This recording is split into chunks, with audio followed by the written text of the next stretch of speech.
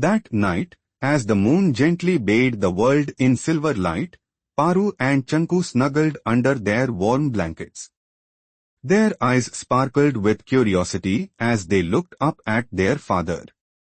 "Dad, what happened after Rama met Parsurma?" asked Paru, her voice barely above a whisper. Their father smiled softly and said, "Ah, my darlings.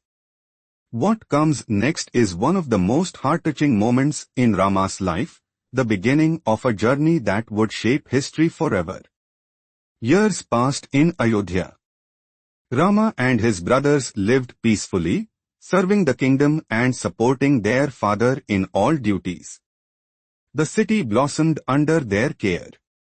One golden evening, King Dashrath gathered his ministers. His voice was firm, yet filled with warmth. "Tomorrow, I shall crown Rama as the Prince Regent. His heart is pure, and his wisdom shines. Ayodhya will be safe in his hands." The news spread like wildfire. The people danced with joy, decorating the streets with flowers and lamps.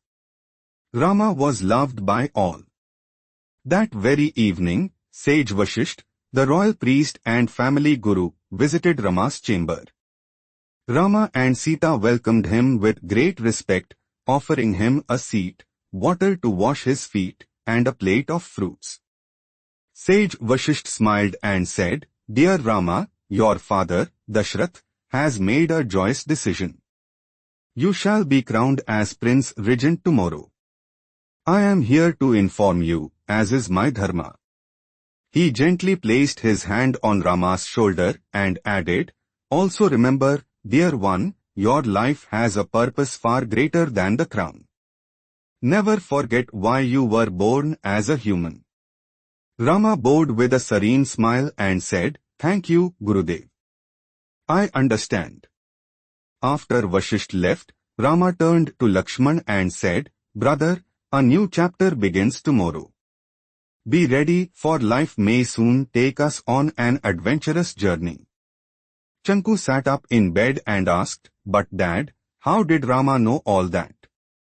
Dad chuckled and replied, "Dear son, Rama is the avatar of Lord Vishnu. Even though he lived as a human, the divine light was within him. He knew everything. But he chose to live like us, facing struggles and challenges, so we could learn from his life." But far above, Dad continued, the gods watched with knowing eyes. Lord Indra turned to Goddess Saraswati. "Rama's purpose on earth is greater. The time has come for destiny to unfold." Saraswati nodded solemnly. But this time, she was not alone. As requested by Indra and the other gods, she descended to earth, not with anger, but with wisdom and strategy. She gently entered the mind of Manthra, Queen Kaikeyi's maid. Inside Manthra's heart, a silent seed of jealousy had long been asleep. Under Saraswati's mystical power, that seed awakened. The evil thoughts hidden deep within began to bloom. With each whisper, Saraswati played a divine game upon Manthra's tongue, twisting words, planting fears. Manthra saw the celebrations, and her heart grew restless. She rushed to Kaikeyi, her voice filled with poison-covered concern. "Everyone is celebrating Rama, but what about you? What about Bharat? If Rama becomes king, you both may be forgotten." Kaikeyi, who once adored Rama like her own son, felt a strange confusion rise inside her.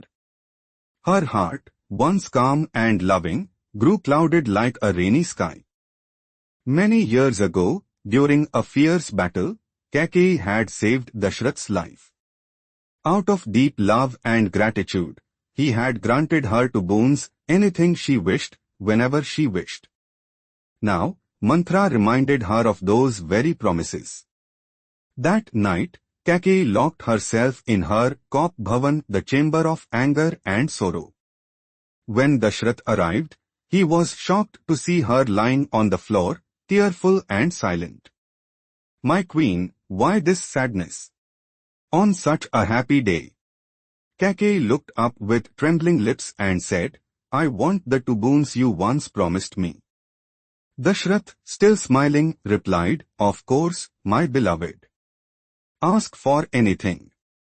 Your wish is my command. Then came the thunderbolt.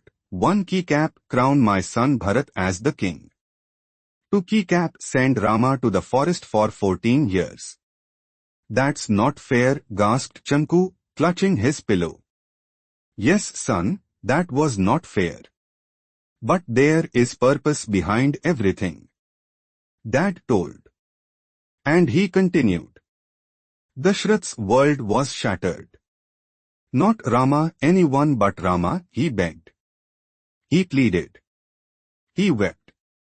But Kaikeyi stood firm. A king's promise must never be broken. News of the exile reached Rama.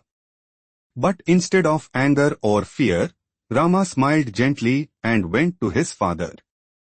A promise is sacred, father. If you have given your word, then I shall obey. Let me go with your blessings. Dashrath could not speak.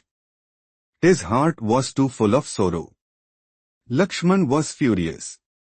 His fists were clenched, and his eyes burned with rage. This is injustice. You've done nothing wrong, brother. But Rama gently placed his hand on Lakshman's shoulder. Anger solves nothing, dear brother. Dharma is our path.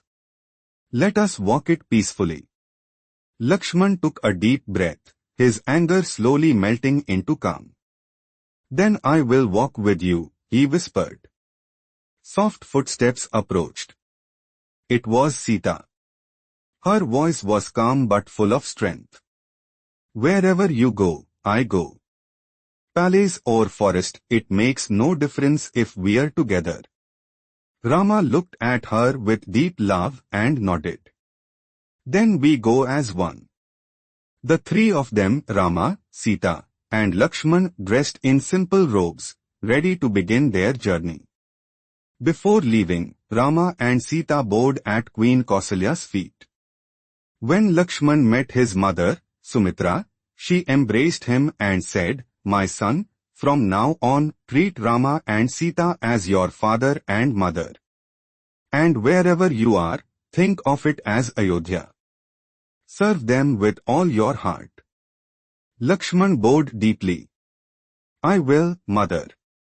As they walked toward the forest, the people of Ayodhya followed with tear-filled eyes, calling out to Rama not to leave. From the palace balcony, King Dashrath watched silently, his heart breaking, tears falling like rain. Moral for today 1. Always do the right thing. Rama followed what was right, even when it was hard.